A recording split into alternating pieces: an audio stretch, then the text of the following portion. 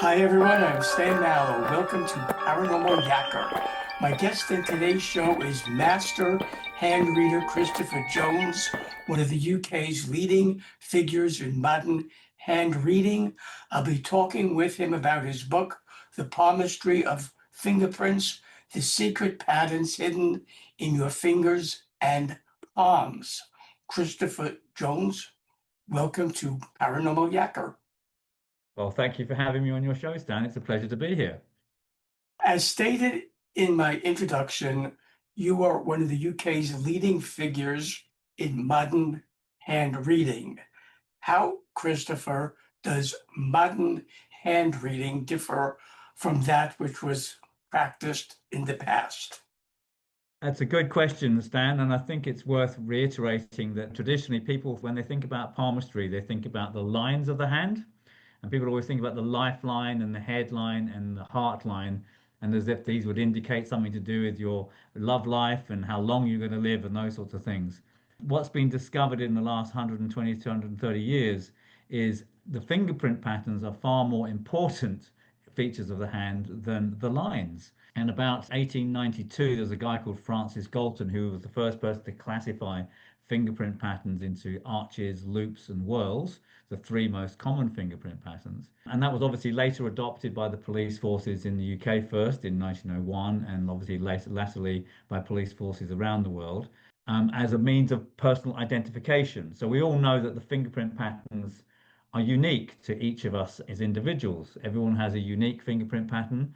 Not even identical twins have identical fingerprint patterns. So we know that the fingerprint patterns are markers of what is unique and individual to us. The second most important thing about the fingerprint patterns is that the fingerprint patterns don't change over time. They form in the womb, they form at around the 16th to the 24th week of gestation. Once they're formed, they don't change their shape and they stay like that throughout your life.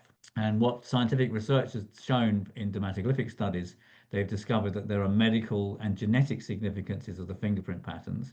And there's about 100 years of research that have been looking into that particular formations and what those indicate, both in terms of severe medical conditions like chromosomal disorders like Down syndrome, and also medical conditions like heart disease, leukemia, dementia, gastrointestinal disorders. And there's a whole raft of medical literature about that.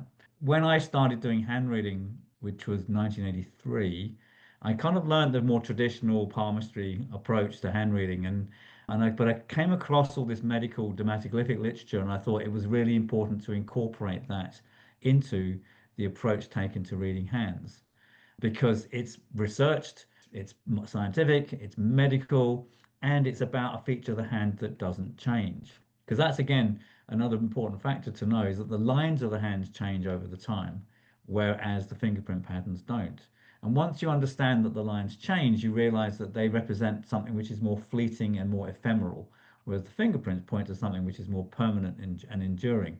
And that's why I think they should be at the center of any approach to looking at hands. So the fingerprints, that's the answer to your question, really. The fingerprints are the most important innovation within the hand reading in the last 120 years. And if they are put front and center of the practice of hand reading, it results in a much more accurate and descriptive form of hand reading. You, Christopher, say every human being carries a spiritual blueprint right at their fingertips. Can you explain how our unique fingerprints reveal deep truths about personality, perception, and our life purpose? Well, that's the thesis of the book I've written, The Palmistry of Fingerprints, which explores all that. So I start with the anthropological and the medical and the genetic material, and I unpack that into explore the psychological, the emotional, and the creative sides of human experience. The medical literature as the basis, we know that there's a genetic component to our fingerprint patterns. And obviously, genetics govern things like our physical health and our physical well-being.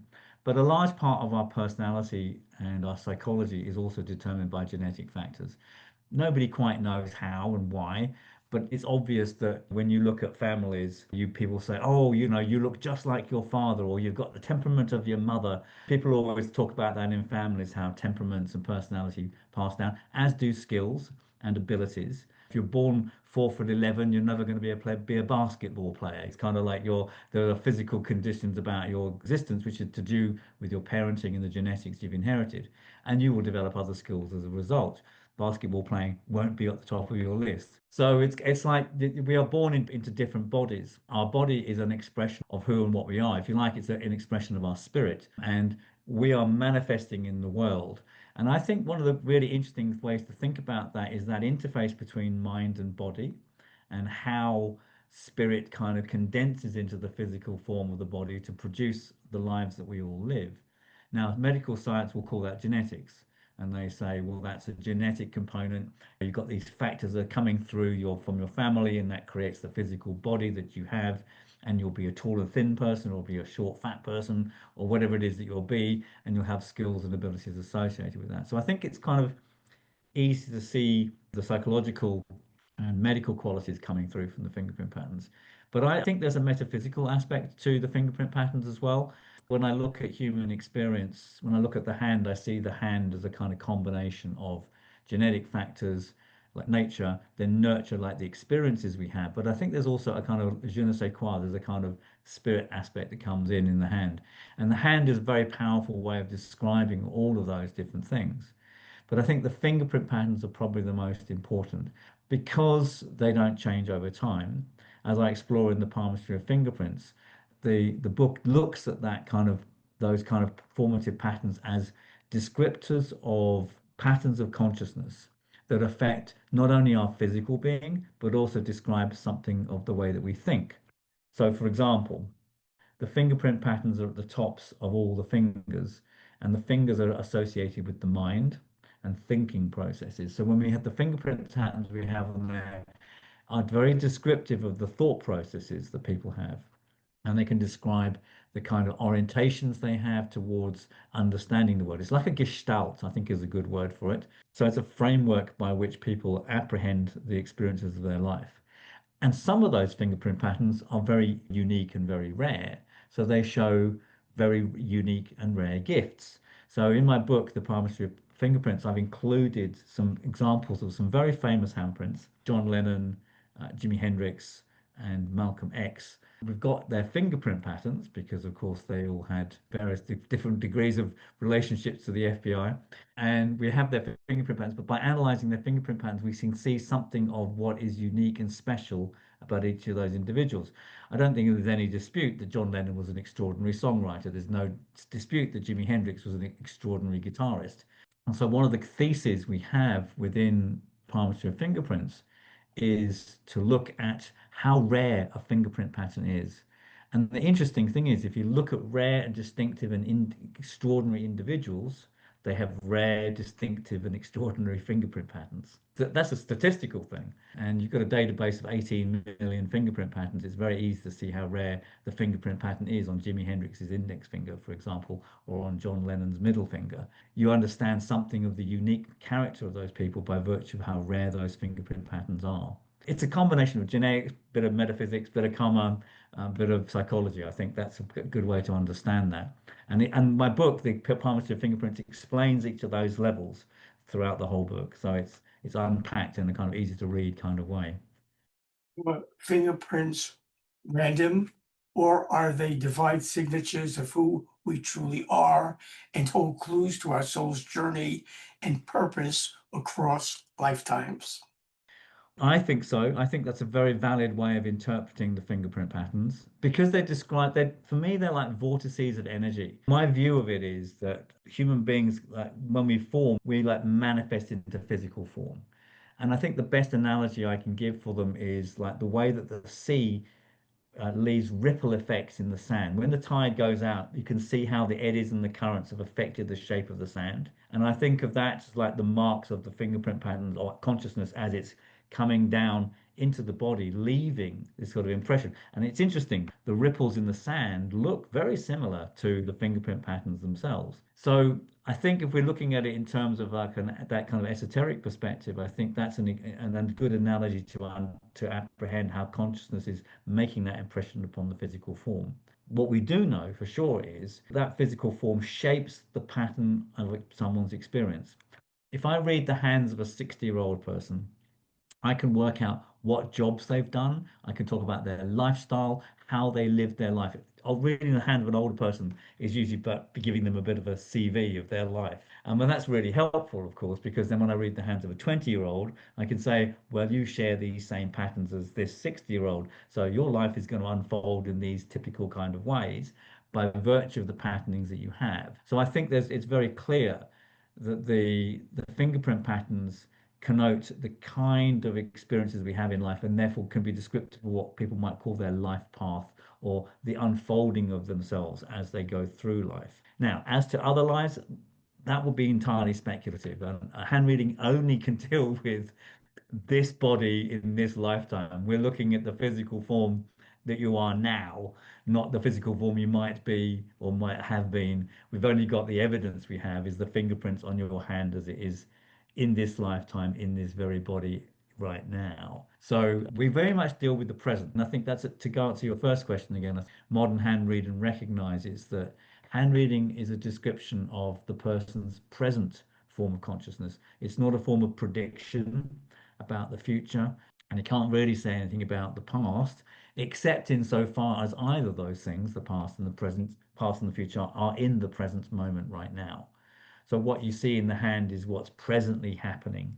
And that's why the lines change. The lines change according to health conditions, stress conditions. They change according to your interests, your emotional experiences, your relationships, and so on and so forth. So the lines change according to the fluctuations of human experience. But the fingerprint patterns are enduring throughout your life, and therefore they point to something more underlying that surface, more permanent, more essential to who and what we are. So I think yes is the short answer to your question, but I hope I've unpacked that a little bit for you.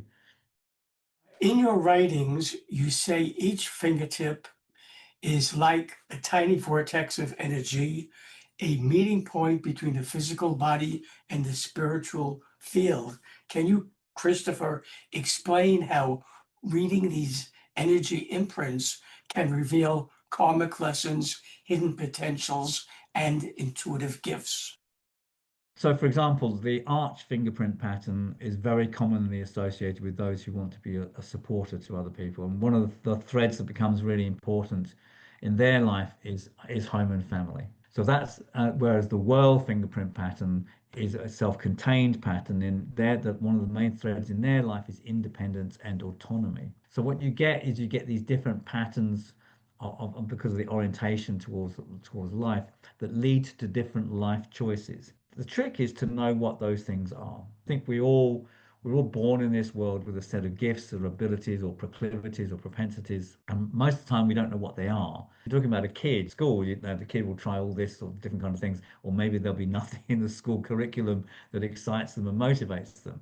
So if we can understand what someone's gifts and abilities are, we can then encourage them to do particular kind of courses. If they're an engineer, they'll have a scientific kind of bent in their shown in their hand. If they're an artist or a musician, they'll have other features in their hand. An artist will have a long ring finger with a whorl on it, for example, but someone who's a good administrator and leader will have a long index finger.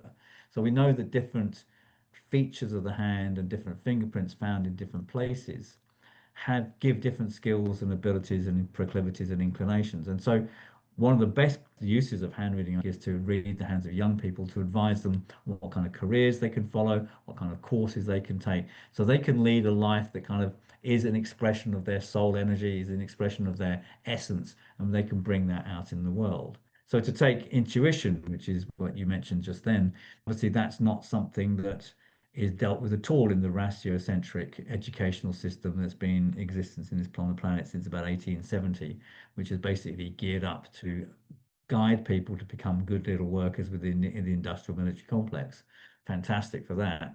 But that kind of intuitive ability, like psychic ability, clairvoyance, channeling, telepathy, those kind of things, they're not on the school curriculum. Maybe they should be, but there are certainly some people who have those kind of abilities. And one of the things I've discovered is that there's a particular loop pattern formed in the skin ridges. So you have to remember that the skin ridges aren't just on the fingers. The fingerprints are made up of skin ridges, but those skin ridges cover the entire palm. And then you also get patterns in the palm of the hand too. And there's a particular pattern there, which I discussed in the Palmistry of Fingerprints, that basically shows kind of a heightened receptivity and a heightened sensitivity to people, color, emotion, energetics, auras, vibes, ghosts, paranormal phenomena, spirits, and so on and so forth. That pattern is quite clearly demarcated. I did a study quite a long time ago in the early 1990s where I was studying the hands of people on a psychic development course. So they were doing a 1 year program to develop their psychic and intuitive abilities. And I'd already started kind of studied to show how common or rare that particular pattern was. And it's normally found in about 18% of hands. But in this particular study group, who were obviously people who were motivated to and interested in studying psychic development, it was found on 45% of those hands. In other words, it was 3 times more common in the hands of psychics and clairvoyants and channelers than you'd expect to find in a general sample of the population. And I've subsequent studies on that particular pattern and its variations and found it really common in channelers, in people who do shamanic journeying or astral traveling or lucid dreaming. And there's a whole bunch of phenomena like that, which you can see in the hand that are marked by this particular kind of gift pattern. And of course, if someone's got that gift, they've always got that intuitive orientation. If it's not been affirmed to them or if they've not been encouraged to develop it, then it remains a dormant part of their life. So I think it's useful to help people develop those skills. And one of the things we look at in the Palmistry of Fingerprint patterns is how to identify particular skills and abilities, and then why we can encourage people to become more attuned to who they are at an essential level.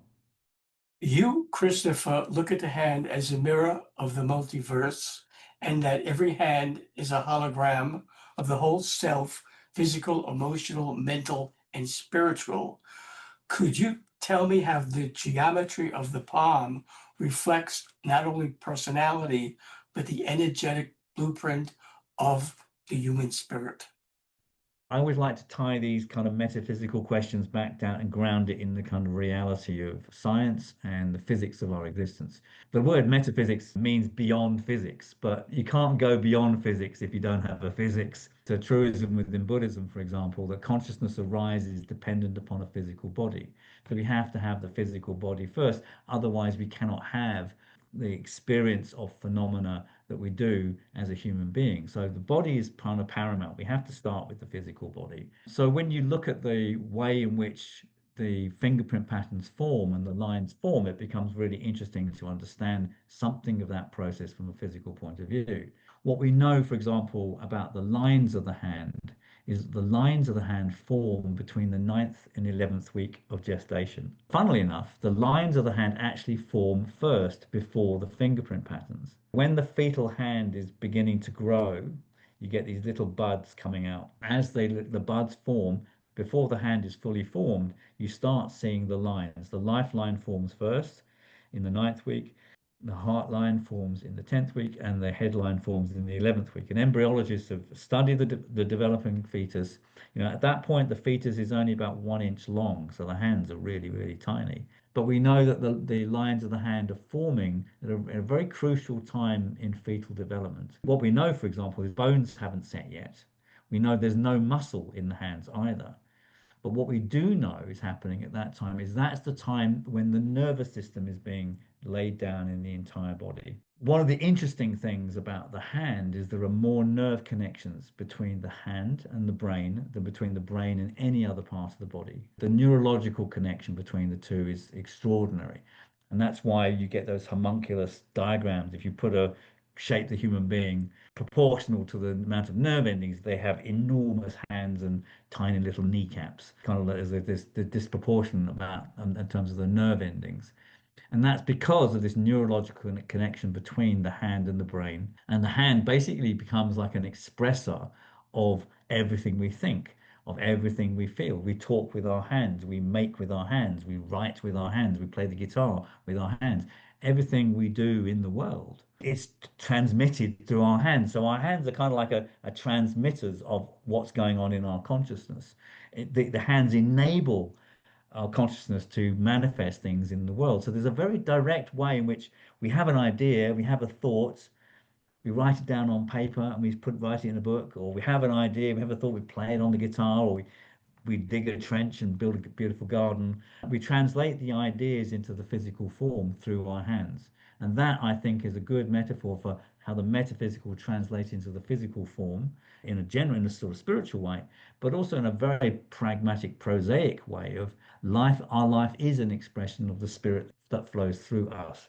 And if we can harness that energy and be truly creative with it, then we're letting that spirit flow through us. And the way to, I think, to get that to do, as I explain in the Palmistry of Fingerprints, is to align your life so it is an expression of these core features of who you are. And all the features in the hand, we can say the whole hand is a printout of your consciousness, but of all the ones, the fingerprints are the most important because the fingerprint patterns don't change over time and they are unique expressors of your identity. And everybody knows that. There's no debate, there's no debate about that. And nobody argues about how important fingerprint patterns are. Everyone understands that they are unique to each of us as individuals. They are descriptors of what is our unique blueprint or our unique essence. And that's why they're so powerful.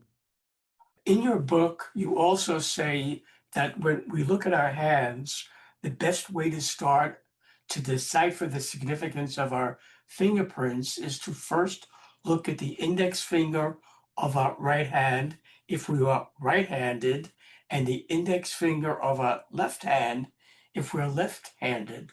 Why is that? Because, and it's actually really a statistical reason, it's an interesting fact, but that although there are 7 types of fingerprint patterns, they don't distribute evenly on the different fingers. So some fingers have much more commonly to find one particular fingerprint pattern, and other fingerprint patterns are quite rare on certain fingers. So one of the things that's really important to do, and again, I explain this in the Palmistry of Fingerprints, is you need to understand the distribution of fingerprint patterns. So although there are 7 types, 85% of those fingerprints are taken up by the 3 main prints I've talked about: the loop, the whirl, and the arch. In fact, they don't distribute evenly, and it's the index finger that has the greatest degree of variation of fingerprint patterns. So all 7 fingerprint patterns can be found on the index finger, whereas there are a couple of digits where you won't ever find like some of those fingerprint patterns. So what we do know is that the fingerprint pattern on the index finger is the most varied and most distinctive, just because of the distribution of fingerprint patterns on that finger. But that's a dermatoglyphic fact. That's a forensic fact. That's a fact that's been discovered by the FBI and the police and anybody who's been collecting fingerprints for 120 years. But in hand reading, we've always said that the index finger is to do with your sense of identity, and it's particularly to do with your own sense of who you are. And so that's kind of another reason why that finger is particularly important. And interestingly enough, in relation to your particular emphasis, the index finger also shows something of our relationship to the metaphysical and the spiritual, our personal beliefs and our ideals, our values, our sort of spiritual orientation is indicated by the quality of the fingerprint on this finger. And so what we find is that whatever fingerprint you got on that finger, it's a kind of keynote characteristic feature of that person's life. I always say to my students, if you're only going to read one thing from the hand, read the index finger fingerprint pattern, and you'll have got the essence of the person in a short sentence. I mean, you can do that in 10 minutes. And a full hand reading will take 2 hours, but a kind of succinct message that you can give somebody. Look at the fingerprint on the index finger. And in my book, The Palmistry of Fingerprint Patterns, I have a chapter that explains the significance of all the fingerprint patterns on each of the fingers, including the significance of the fingerprint pattern on that index finger. So that's why that's so important. I mean, it's important to look at all the fingerprint patterns. I'm not saying only look at that one. And the easiest thing to do to begin with is to sort of look at, out of 10, add up how many of each type you've got. The number of fingerprint pattern, the dominant fingerprint pattern will show you something of the dominant threads in your life path, but the index fingerprint pattern will show something that's particularly unique to you. And when we find really rare fingerprint patterns, I mean, some of the fingerprint patterns like occur in 0.152%, 0.164%, really, really rare. When we find those, they're nearly always on the index finger too. So when you've got rare fingerprint patterns on this finger, that's when you know you have a rare and interesting, unusual person. So Jimi Hendrix, his significant fingerprint pattern is on the index finger of his left hand. And of course, Hendrix was left-handed. So it's his left-hand index finger that's very significant as a marker of his extraordinary ability and creativity.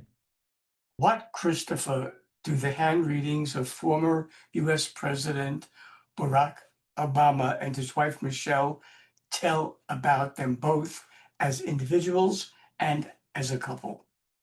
These are from photographs of their hands that I've seen, and it is extraordinarily interesting how much the hands reveal, even from a photograph like that. The striking thing about Barack Obama is he has an incredibly long ring finger, and the ring finger is all about appearance, about presentation, about the way that somebody looks. I remember when Ronald Reagan became president of the United States, and like in Back to the Future, where Doc Brown says, "What?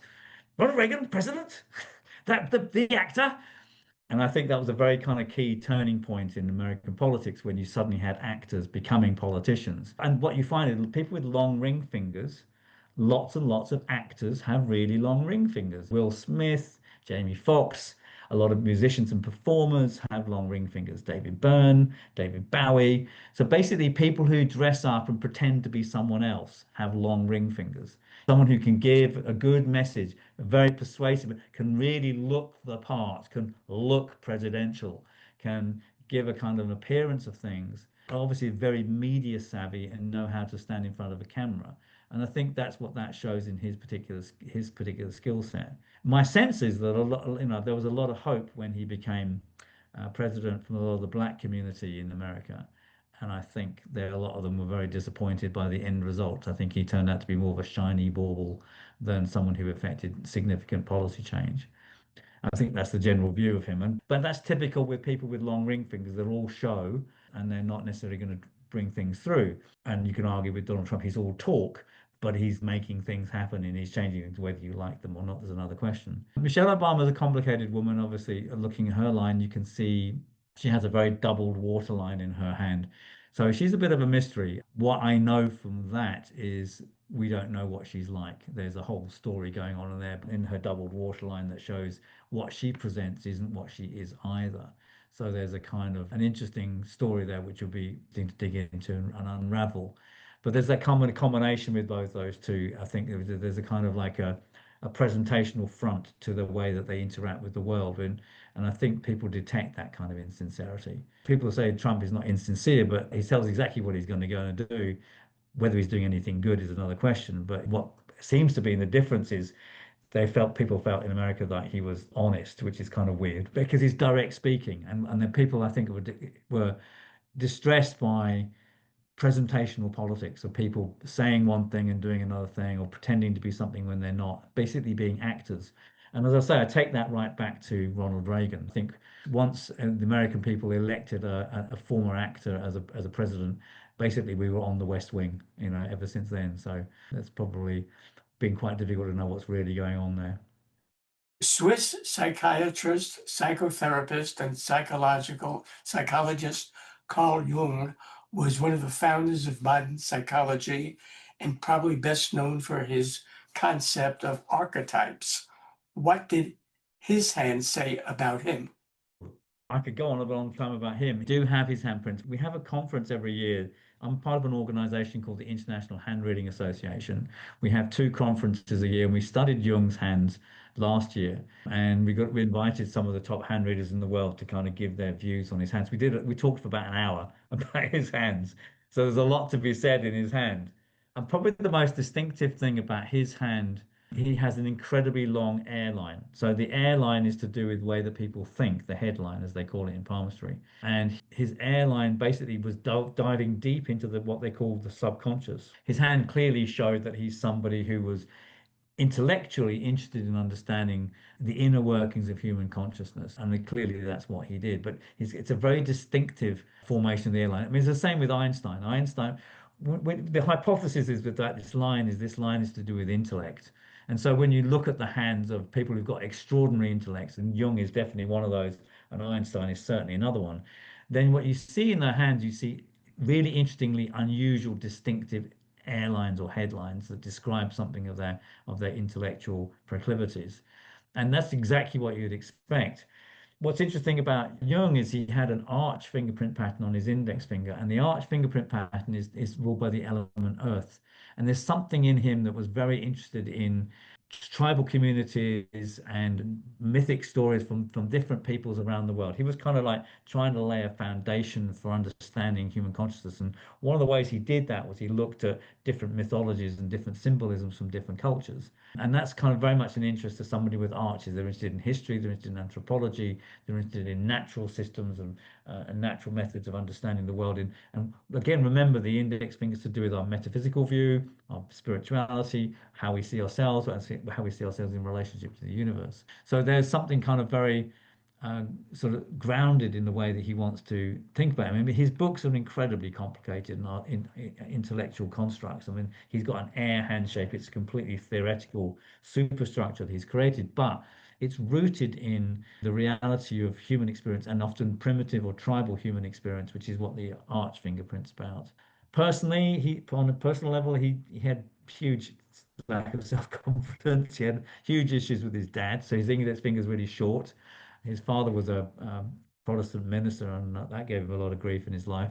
And interestingly, he's quite emotionally repressed. He was but that might be a product of living in early 20th century. If you look at him when he's a young man, he's kind of very dapper and very kind of formally dressed and his formal attire. And he was obviously Swiss as well. But there's a kind of rigidity about and formality about him at a personal level, which kind of is at odds with the kind of the flexibility and the symbolism that's within the written works that he's produced. He's a monumental intellect, and it's really fascinating looking at the hands of how people like that. Jung actually was interesting because one of his students was a guy called Julius Speer, who was a German guy who did Jungian therapy, and Jung wrote the preface to his book, The Hands of Children, which was published in 1944.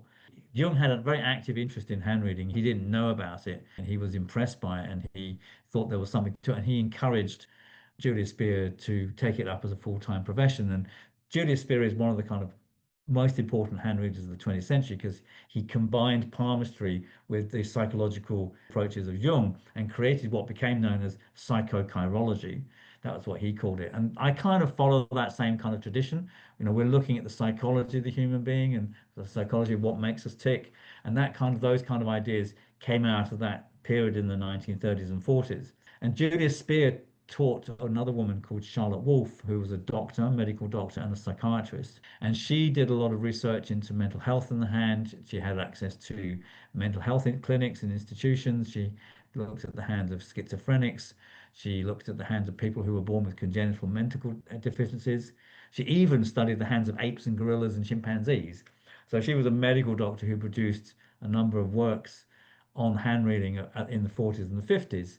And so both those two people are the two most important hand readers in the 20th century, and both of them are kind of derivative from Carl Jung. So Jung has had indirectly an incredibly powerful effect on the development of hand reading in the 20th century, and he's an incredibly important figure, no doubt. Law enforcement has been taking fingerprints of criminals since the late 1880s and using them as a tool to connect crimes with their perpetrators. Your method would be 10 times more effective in solving crimes. To your knowledge, have any law enforcement agencies adopted your hand reading methods? There's a couple of things there. The first use by the police was in 1901, so 20th century. That's when the UK police force adopted fingerprinting. They hadn't been classified until 1892. And in the early days, they did take the whole palm print. And I've got a book of handprints of various people like Ted Bundy, Charles Manson, and my own studies have had access to prisoners held at the highest maximum security prison in the UK called Parkhurst Prison, and that included serial murderers and serial rapists and arsonists and bank robbers and drug barons. We do have a fairly good idea of the kind of things that you find in the hands of people with no question criminal tendencies because they've all been put to in prison and convicted of crimes. But what's interesting about that is not the fingerprint patterns that show their criminality. The fingerprint patterns show their identity. It's the lines that show their behavior. So when you're thinking about the structure of the hand, you've got your hand shape, which is kind of like your genetic physiognomy, like the shape and structure of your body.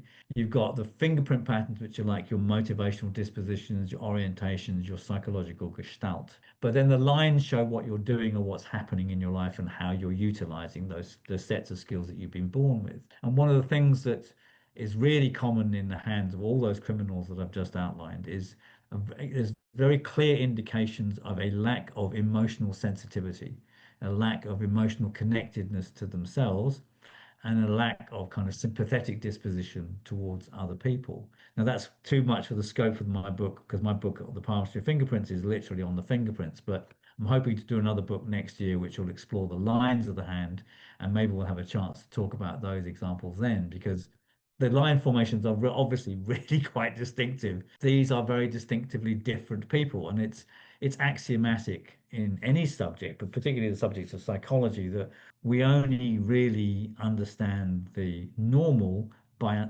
looking at the abnormal. So it's when we look at the weirdness on the fringes, the criminals, the exceptional talents, the Jimi Hendrixes, the presidential candidates and people. When we look at these people, we kind of get an idea of those are the outliers. Not everybody's going to be Jimi Hendrix if they play the guitar. Not everybody's going to become a Ted Bundy. Not everybody's going to become president of the United States. So those are the exceptions. And it's from those exceptions, from those abnormalities, if you like, that we get to understand how the hand features reflect more prosaic aspects of human experience and endeavor. So it's important to study those things for sure. Should viewers of Paranormal Yacker want to buy The Palmistry of Fingerprints, The Secret Patterns in Your Fingers and Palms, and find out about other books you've authored, as well as learning about your readings, courses, workshops, and talks, how, Christopher, can they do that? Probably the easiest thing to do is go to my YouTube channel, actually. I've got a YouTube channel at Master Hand Reader. I mean, there's a lot of video explainers on there about the different parts of the hand, including, and I've just done one recently, a video about the fingerprint patterns and how to identify them, which is kind of like a precursor to the book. The book's available from Amazon.com. It should be at Barnes and Nobles as well, and all good retailers. And I also got a website, www.handreading.nz. Christopher Jones, I thank you for being my guest on Paranormal Yacker. Yakking with you has been a most enjoyable experience. Thank you. Thank you for having me, Stan. It's been a pleasure to be here and to participate on your show with all your audience. I hope everybody enjoyed it. Hi, everyone. This is Stan Mallard of Paranormal Yacker. I hope you enjoyed the interview you just watched. So that you don't miss any upcoming shows, be sure to subscribe to my free YouTube channel. To do that, just press the subscribe button on your screen.